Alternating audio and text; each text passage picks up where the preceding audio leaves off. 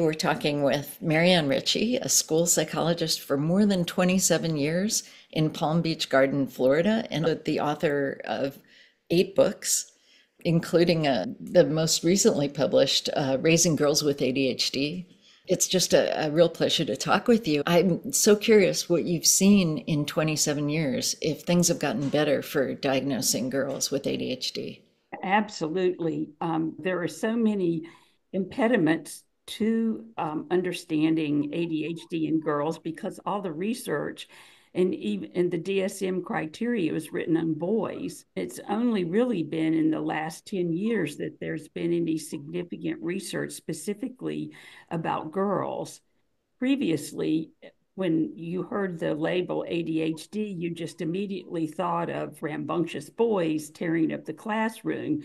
Now, with better understanding about girls, people are beginning to understand that it is an attentive presentation in girls where they're often trying very hard to do what they know society expects them to be, cooperative and organized, and all those cultural expectations of girls, but struggling at great detriment to themselves because they aren't diagnosed adequately. You're seeing those diagnosis rates go up in the Absolutely. past several Yeah. years. Are they equal to boys now or still lagging behind? Girls are usually diagnosed at 12 and boys more like 7 years old. There's a 4 year difference in the rate of diagnoses among children. Adult diagnoses of ADHD is a very big thing right now. In adulthood, the rates are evening out because many more women are being diagnosed.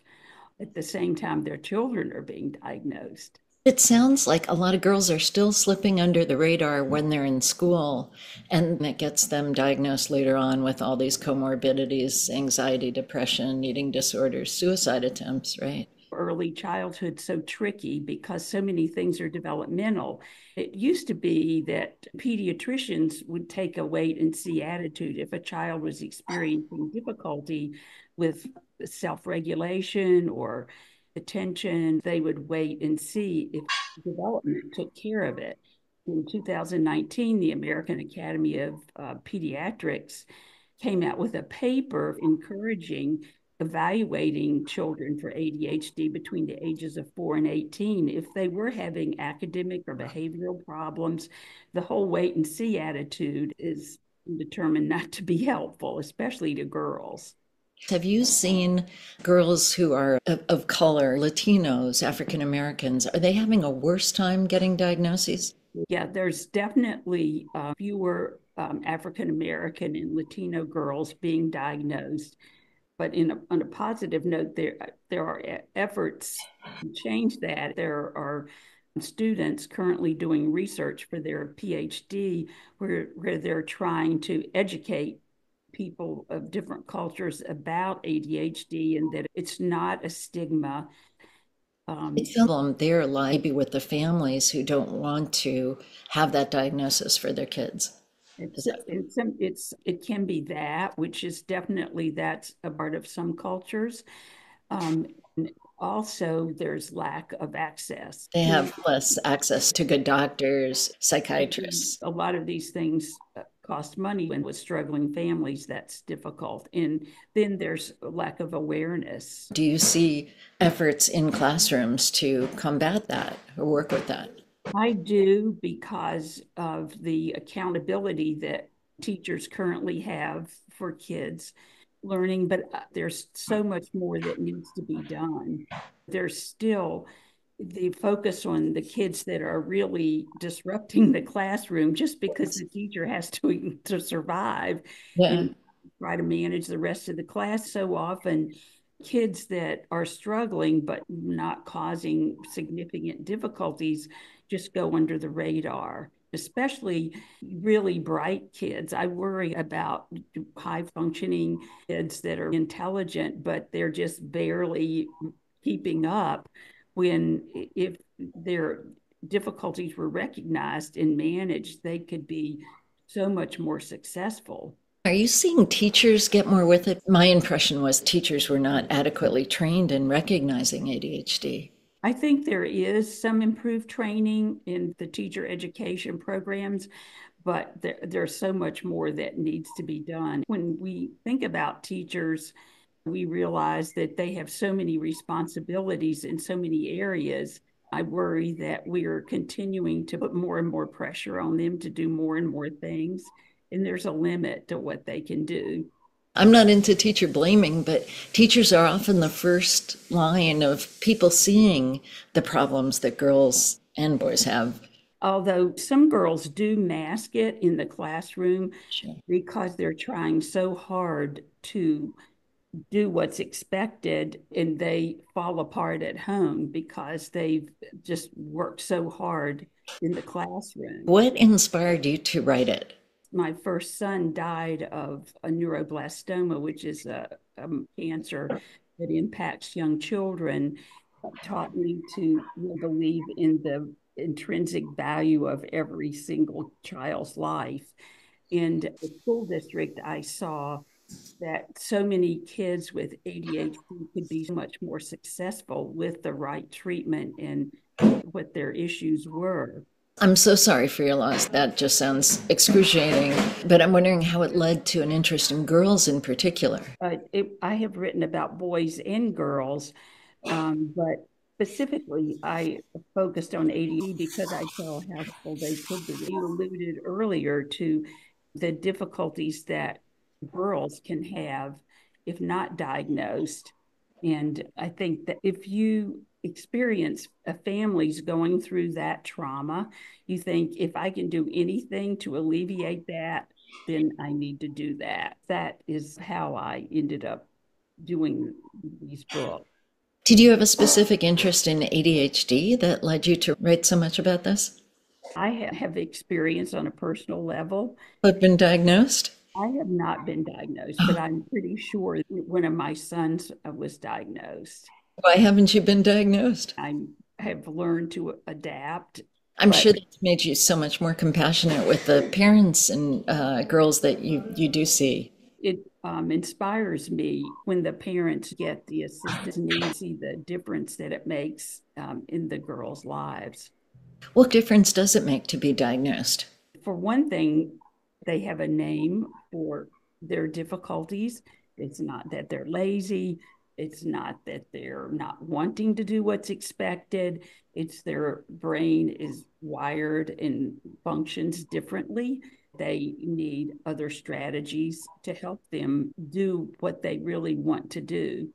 Sometimes I feel like once they get proper treatment, it enables them to be the person that they've wanted to be rather than the struggling person who's feeling so badly about themselves. You said that girls tend to have a harder time socially than boys with ADHD. Why do you think that is?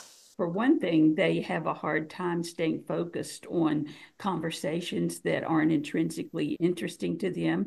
This conversation is very interesting. One girl that I worked with said that she wasn't really into teenage drama, texting and Instagram. And when the girls are talking about it, she just can't stay focused. And she will hear a word that catches her interest and she'll jump back in that conversation. They look at her like, where have you been? Have you not been listening to us? It gives the impression that she doesn't value them, whereas she does.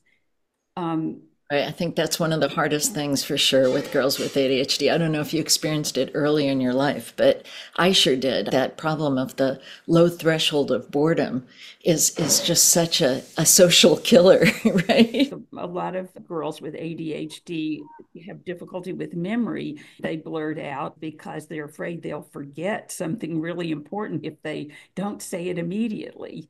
Can you tell us about when you started as a school psychologist? How did you notice that girls weren't getting diagnosed? When I first started working in an inner city school, there were girls that were not performing, and then you observed them, you could see why they were doodling, staring out the window. It's difficult to figure out exactly what the issues are because some of those kids had real trauma in their lives that can appear to be ADHD when it's actually not. That's one of the real difficulties in diagnosing. You have to sort out exactly what's going on. It can look like anxiety or a learning disability. If a child cannot do the work, they are going to zone out because they're wishing they weren't sitting there. They're going to try to transport themselves somewhere else. I've seen situations where it appeared to be ADHD, but when a child got more instruction in an academic area that was lagging, what appeared to be inattentive behavior lessened significantly. That's really interesting. I can imagine the complexity of what you do. It could also be a sleeping problem, right? It could be a medical problem. Are there key things that you look for when you try to diagnose ADHD? If a child is struggling socially, academically, or behaviorally, you have to start looking at what the root of it is. I say to parents, you have to put on your detective hat and start looking at what could be the root of it. Sometimes parents and teachers think because a girl can focus on certain things, she can't have ADHD, when that is not true. That's a myth, because we know that kids with ADHD can hyperfocus on things that they're really interested in, but things that are boring to them are extremely difficult for them to marshal their attention. What age do you think it's appropriate to diagnose girls?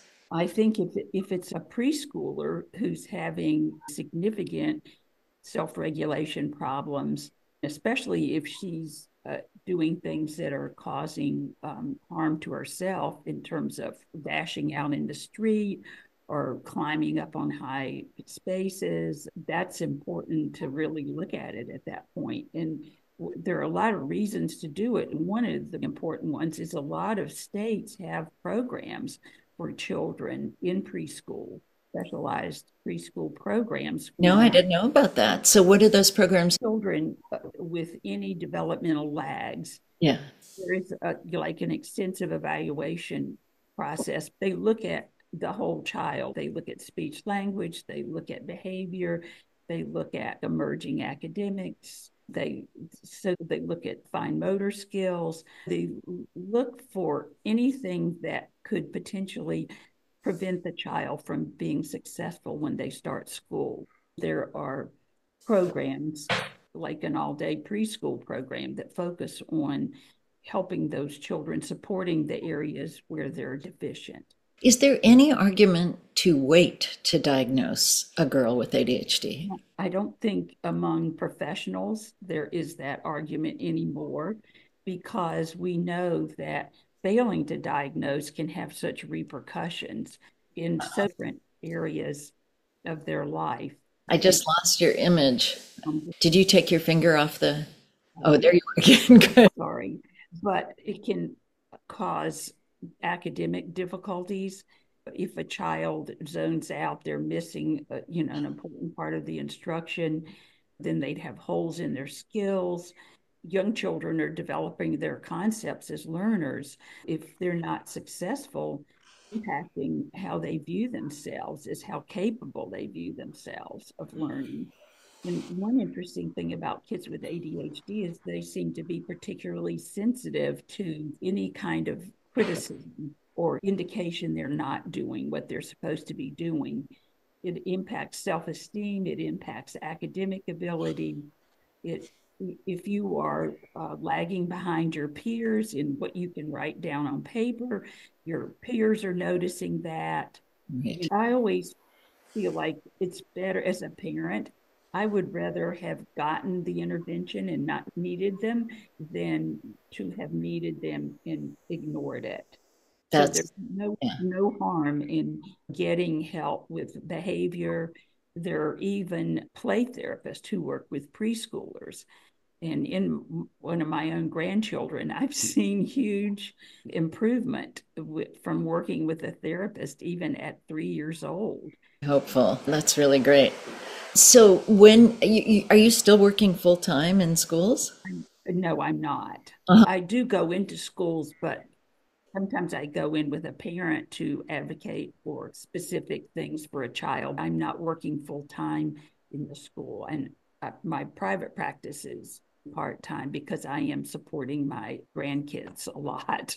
And when you were working in schools, what was the typical age at which girls would be diagnosed? Probably middle school. Really? Middle school is when social communication takes on a whole different level. Organizational ability requires much better skills. The academics become the more time consuming. The reading is now you have to stay focused on longer passages. Definitely, I would say adolescence. I've been retired 10 years from the school district, but I think it's very similar. Some schools have been very resistant.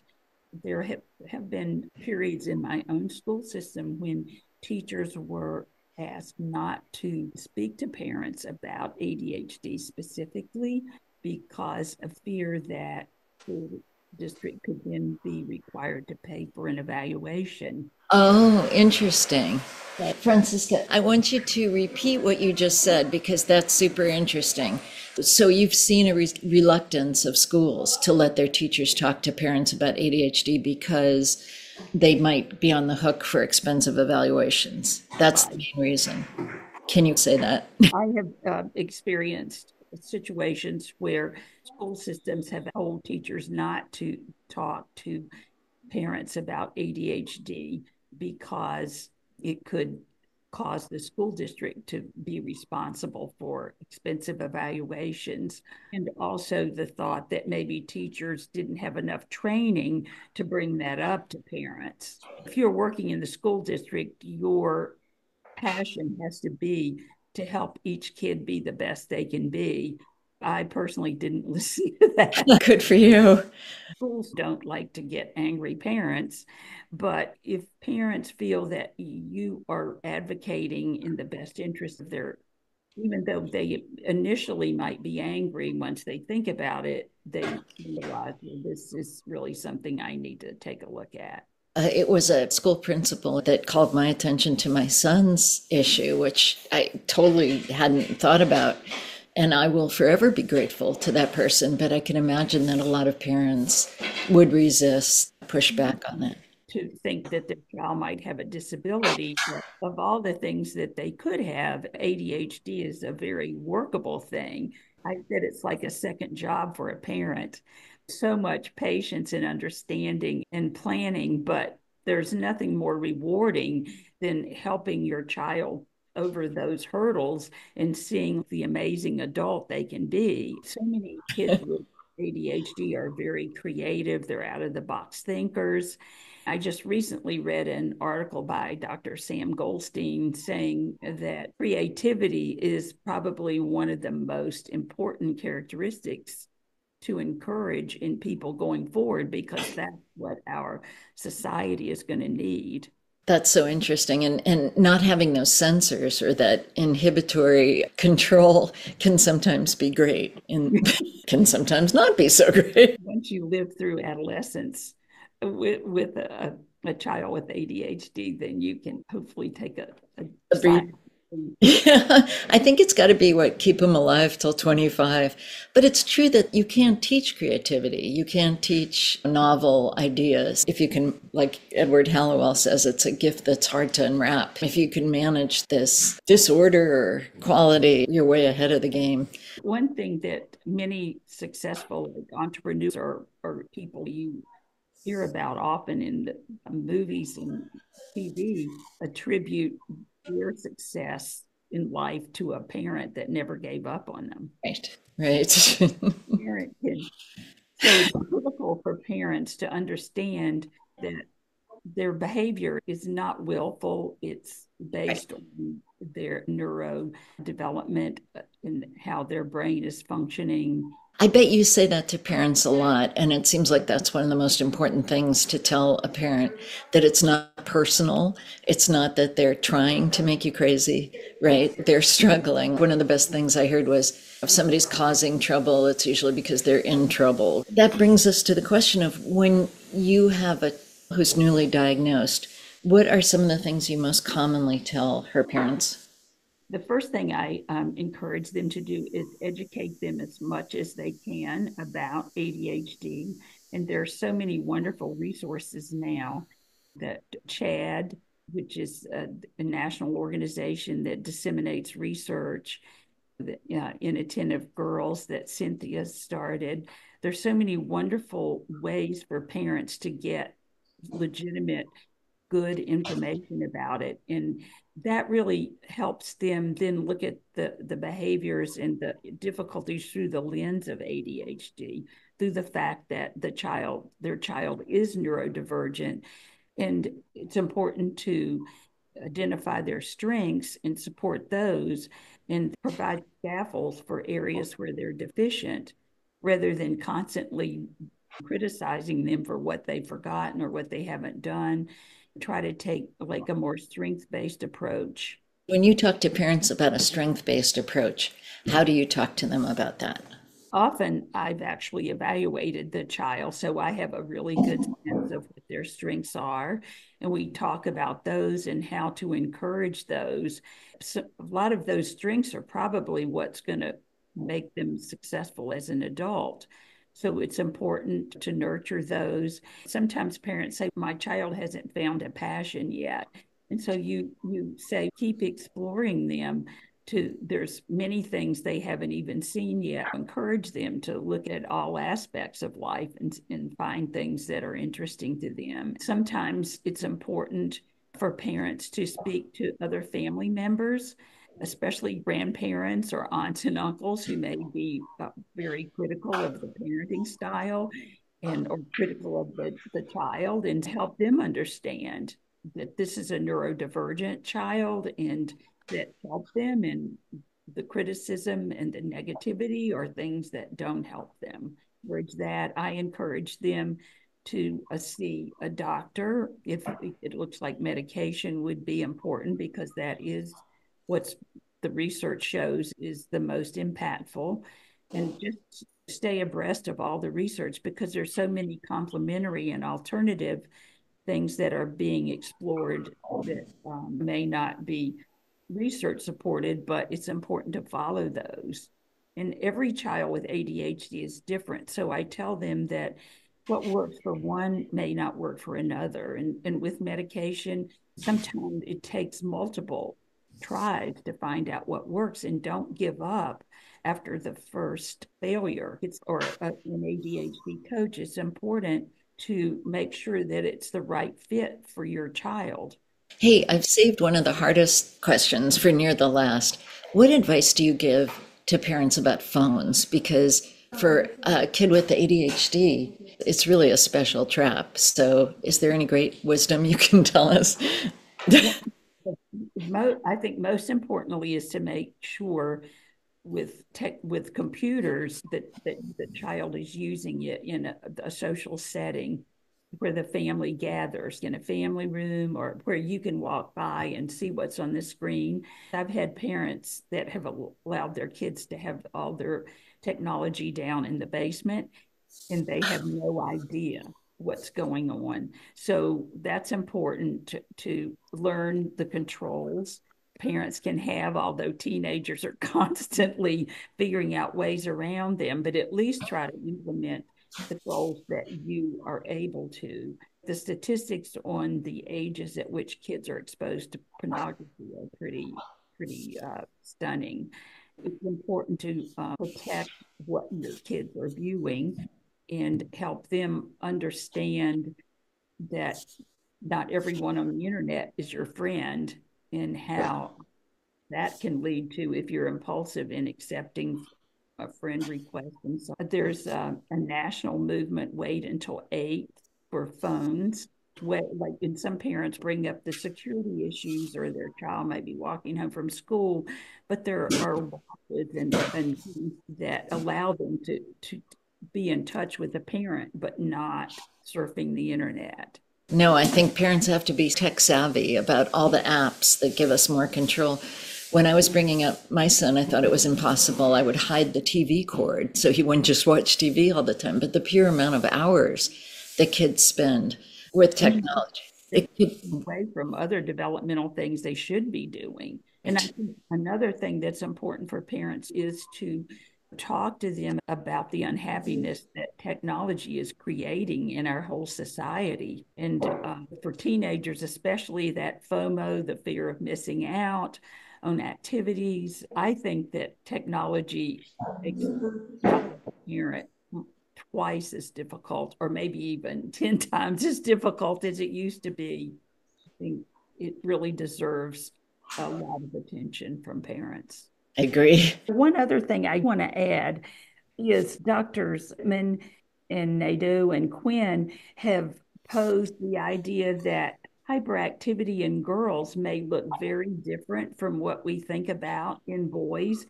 They're suggesting could be hyperverbal excitability reactivity could be their version of hyperactivity. The ways that girls differ from boys in general. Some girls are just running around with the most hyperactive boys, but there seem to be some really strong differences that are worth keeping in mind. Wonderful to talk to you, and I appreciate Cynthia connecting us. Thank you. I appreciate that. You're doing God's work, as they say, so please keep it up.